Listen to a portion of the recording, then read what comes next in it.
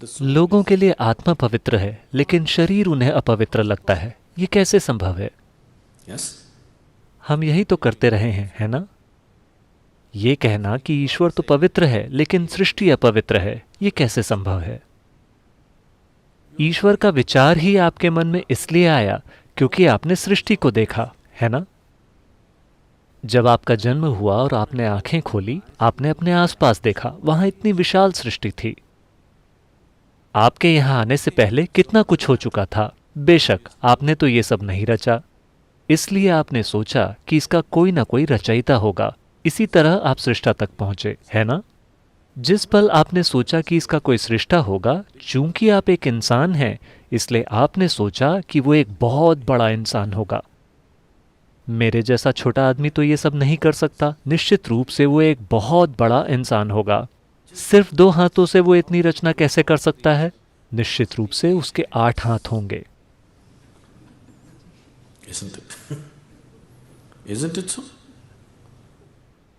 अगर आप एक भैंसा होते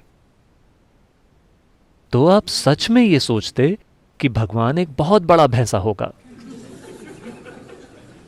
Isn't it so?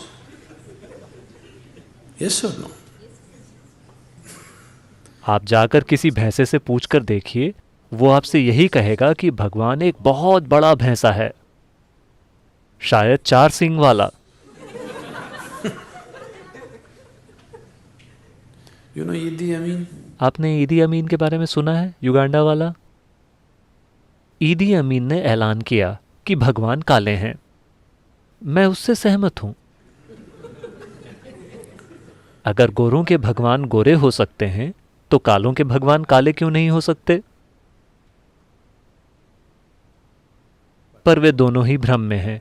हम जानते हैं कि भगवान सांवले हैं।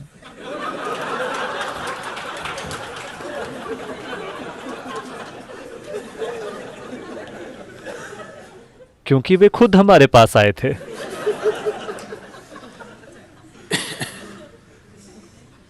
कुछ समय पहले मैं अमेरिका के नैशविल शहर में लोगों के एक समूह से बात कर रहा था और मैं उन्हें एक चुटकुला सुना रहा था। उस चुटकुले में मैंने भगवान को एक पुरुष की तरह संबोधित किया। तुरंत ही कुछ महिलाएं खड़ी हो गईं। क्या आप भगवान को पुरुष मानते हैं? मैं समझ गया कि बात कहां जा रही है। मैंने कहा, मैं केवल आपको एक चुटकुला सुना रहा हूं।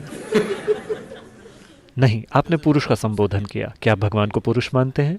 वे चुटकुलों को बहुत गंभीरता से लेते हैं। अब औरतें बहस कर रही हैं कि भगवान एक औरत भी हो सकते हैं। ऐसी समस्याएं केवल उन संस्कृतियों में ही हैं। भारत में हमारे पास पुरुष भगवान, स्त्री भगवान, गाय भगवान, बंदर भगवान और हर आकार व प्रकार के भगवान पाए जाते हैं, रेंगने वाले, चलने वाले, उड़ने वाले, क्योंकि हमें भविष्य में आने वाली सभी समस्याओं का अंदाजा था।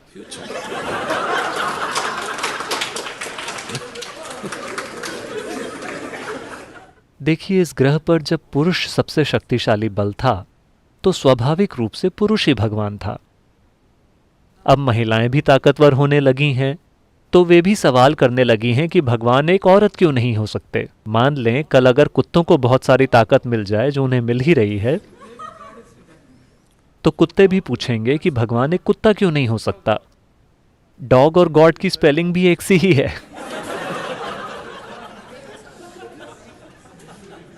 आपकी तुलना में वो ज्यादा करीब लगते हैं, है ना? भगवान के बारे में जो आपका विचार है वो केवल खुद का ही एक बढ़ा चढ़ाकर बनाया गया संस्करण है ना? भगवान के बारे में आपकी सोच केवल खुद को बढ़ा चढ़ाकर बनाई गई है। देखिए, अभी तक आप अपने आप को ही परिभाषित नहीं कर सके हैं, है ना? आप अपनी जो भी परिभाषा देंगे वो सही नहीं होगी। किसी भी प्रकार की परिभाषा काफी नहीं है पूरी तरह से इस जीव का वर्णन करने के लिए। जब सृष्टि का ये छोटा सा टुकड़ा ऐसा है तो सृष्टि के स्रोत को आप कैसे परिभाषित कर सकते हैं? आप इसे न तो परिभाषित कर सकते हैं, ना ही इसे समझ सकते हैं। आप केवल इसमें विलीन हो सकते हैं। आप इसका अनुभव कर सकते हैं। आप इसे कभी जान नहीं सकते। आप इसे ज्ञान नहीं बना सकते। whatever you know. आपको ईश्वर के बारे में जो भी ज्ञान है वो पूरी तरह बकवास है, सांस्कृतिक बकवास। जिस भी तरह की संस्कृति में आप हैं, आपका ईश्वर भी उसी तरह का होता है ना? इसका केवल अनुभव किया जा सकता है। अनुभव का अर्थ ये नहीं है कि आप इसे खा सकते हैं या आप इसे समझ सकते हैं, नहीं, आप बस इसमें विलीन होकर ही इसे अनुभव कर सकते हैं और कोई तरीका नहीं है। इसलिए हम केवल विलीन होने के उपाय तलाश रहे हैं ताकि हम उसे अनुभव कर सकें जो हमसे कहीं ज्यादा विशाल है।